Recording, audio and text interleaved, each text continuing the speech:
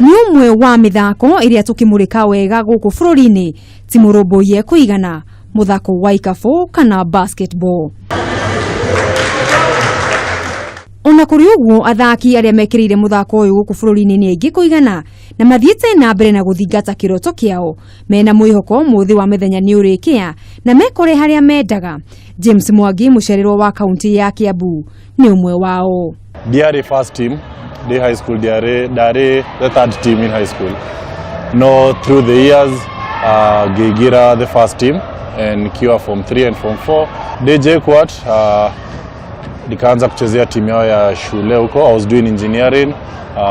Nikawachezea timu yao for like 1 year. Parkland Baptist yari Division 1. Ona Division 1 Ginyatha Isigwe Syria. Gimathakira for 2 years. And that's when a team in the Premier League called Cooperative Bank makijona githakira ku makijeta in 2011. Mwangi urothakirire refu cia Cooperative Bank na Kenya Ports Authority na agatungata timu-ini ya bururi maita maiganona ni arutite woni wake wigi uramati wa muthako uyu guku bururi-ini. Basketball hapa Kenya ni semi-professional, it's not a professional sport. Siwezi tegemea to feed me at home, to feed my kids, to feed my parents.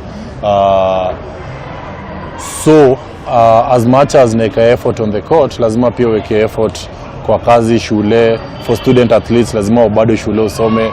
Na basketball kama unataka kuwa good, lazima practice sana.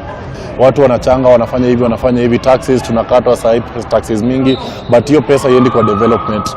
Kama sema sports sasa basketball, kuna watu wengi sana wanakujanga ku develop e-sport, but hiyo pesa iendi kwa development, inaingia kwa mfuko za individual people. Ona thengia wa gukorwo matunganite na ihingisha kiondorita meta athaki a basketball guku bururi-ini, James Mwangi ari na mahinda maria aririkanaga magacanjamura ngoro yake na agetira ta muthaki wa muthako wa ikabu. Nilikuwa nachezea Cooperative Bank na tulishinda championship hiyo mwaka as Cooperative Bank and nikashinda most valuable player that year. So I'd say on an individual level, hiyo ilikuwa my greatest achievement. Na kuribe ujithi iri na giginya na muturire-ini ni gukinyanira iroto ciao. Mwangi agekirira uhoro wa kwaga gukua ngoro na mitugo miega. Gutire ona okorwo ni kirathi kana ni mucie, lazima kutakuwa na challenges kila mahali. So what I can tell them is just persevere through everything.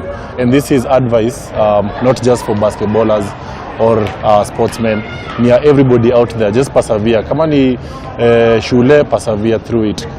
Itafika mahali kutakuwa na breakthrough. Hadu-ini ha Njorua cia Mathako Kameme TV, ritwa riakwa ni Mugure wa Karuiru. Sawa.